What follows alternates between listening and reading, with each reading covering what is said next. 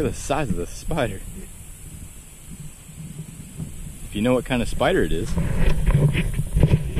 put it in the comments down below.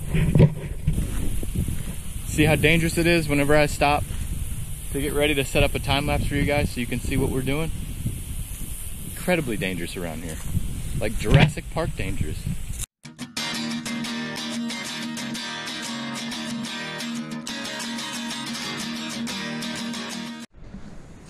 Well, it was not very hard to get out. However, as you can see, the direction it's supposed to turn, very hard to turn it, right? But if I spin it the other way, it actually works just fine. And even then, I think you can hear the bearing. So what we'll end up doing, I gotta get a puller because that's how this fan is basically pressed on. So we gotta pull that off. Once we pull that off, we will be able to access the bearings inside this casing. But on a very bright note, the gear looked very good, so I can't complain about that. The gear on this one looked good too.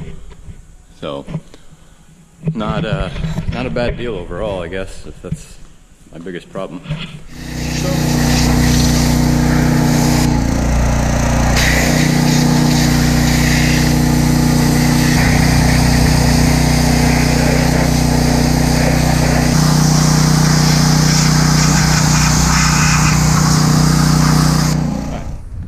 You guys are a little dirty now, ain't you? That's probably not any better because my shirt's greasy. Anyway,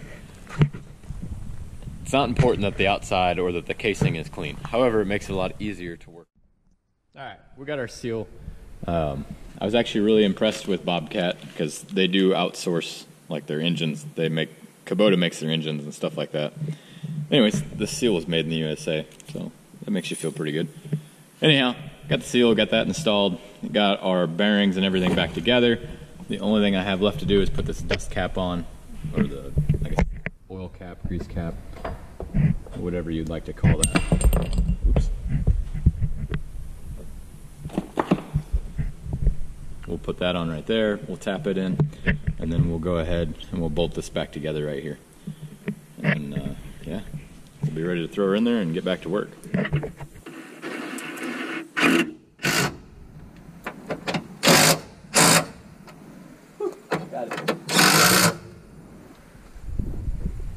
I know that part looked easy, but that was like I don't know, what were we on, probably 3,000 gauge?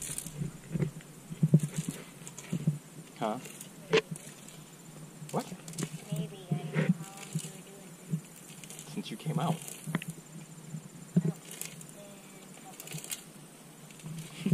Anyway, I had to have him come out and help me hold it up. It's just a pain. It's not really an easy way to do it. The best thing I ended up finding out was putting a 2x4 under here, not on the hose directly, but on the block that's right behind it, and lifting up the motor just like that. And then you just have to look, like you'll have to pry this down to look to see if things are lined up or not. That's the best I can do.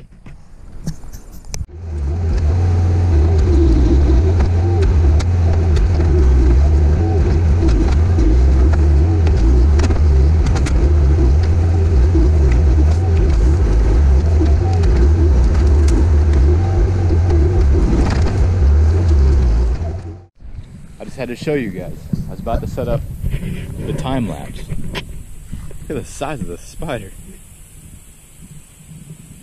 If you know what kind of spider it is,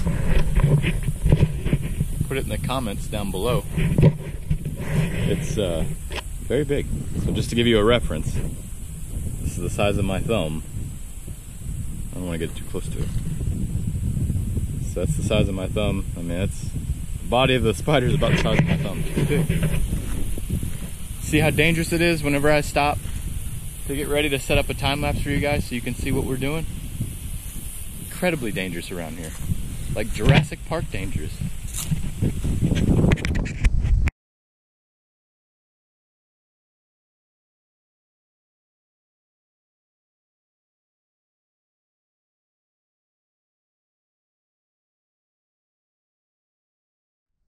Alright, you can see this place looks way different.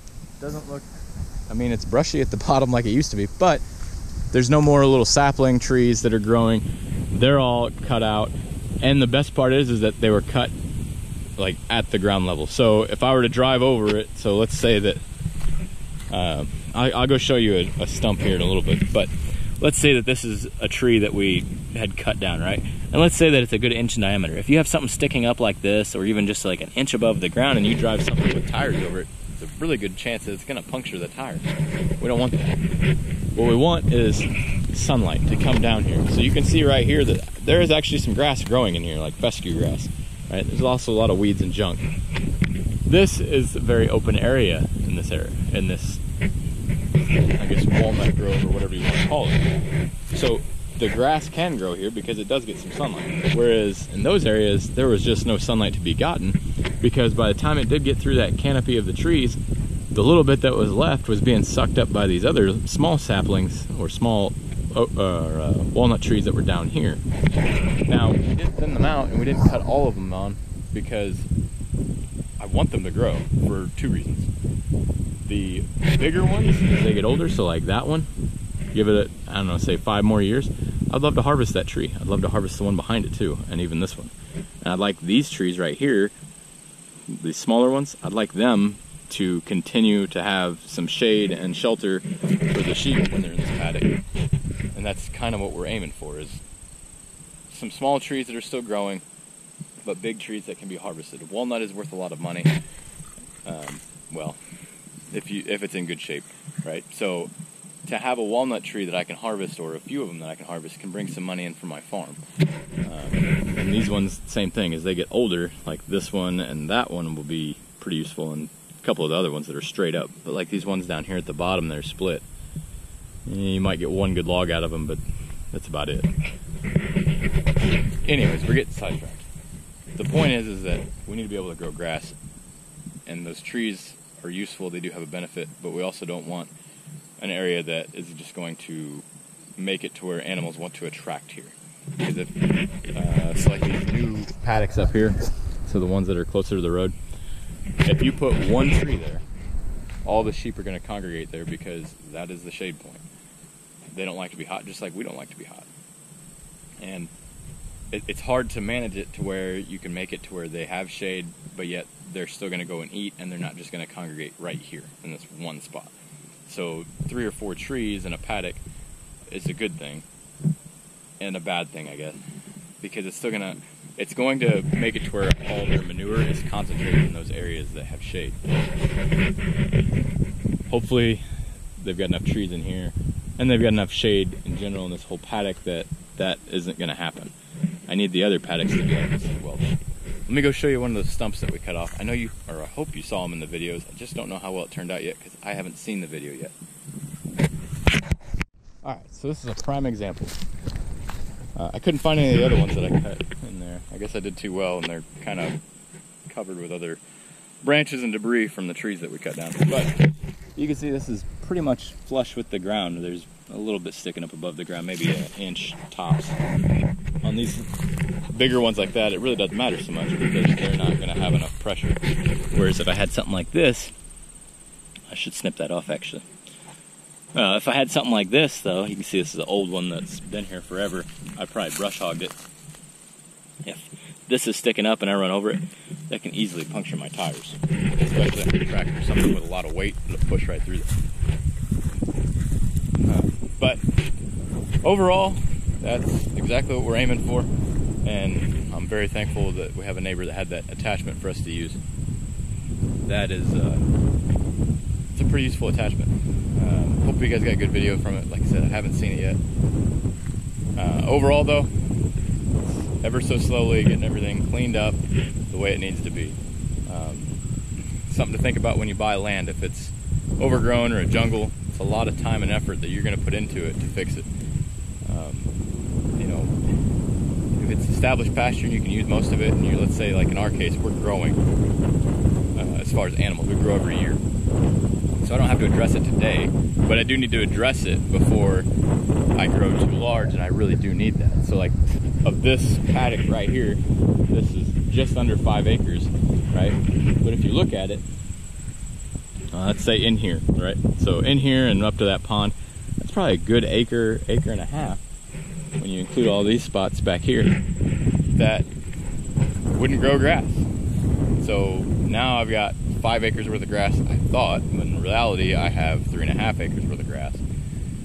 And that's a problem for us because as we grow larger and larger, our paddocks are based off of 350 ewes. And if I'm not offering the 5 acres that, or the forage that I thought I was, that means they have to move sooner. Not the end of the world, they can always move sooner. But again, we've based everything so where every paddock is going to get hopefully a 2-month break between being foraged. So, just something to think about.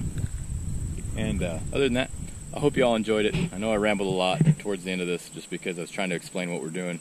Mainly because I don't want to hear a bunch of whining about, oh, you're killing the trees, you're killing the environment. Unfortunately, if you look around, well, that's all trees back there. I mean, we live in Mark Twain National Forest area. There's trees everywhere. And yes, they are important. I do agree with that. But they also have to be managed. If they're growing right next to each other, 3 feet apart, neither one of those trees are going to grow and reach full potential that they could. All about management. That's all farming is managing your ground and your animals. Or if you don't have animals, just managing your ground, making sure nutrients are right. But hope you enjoyed the video. Thanks for watching. If you haven't already, please subscribe. And again, if you enjoyed the video, please hit that like button. Have a blessed week. We'll see you next time.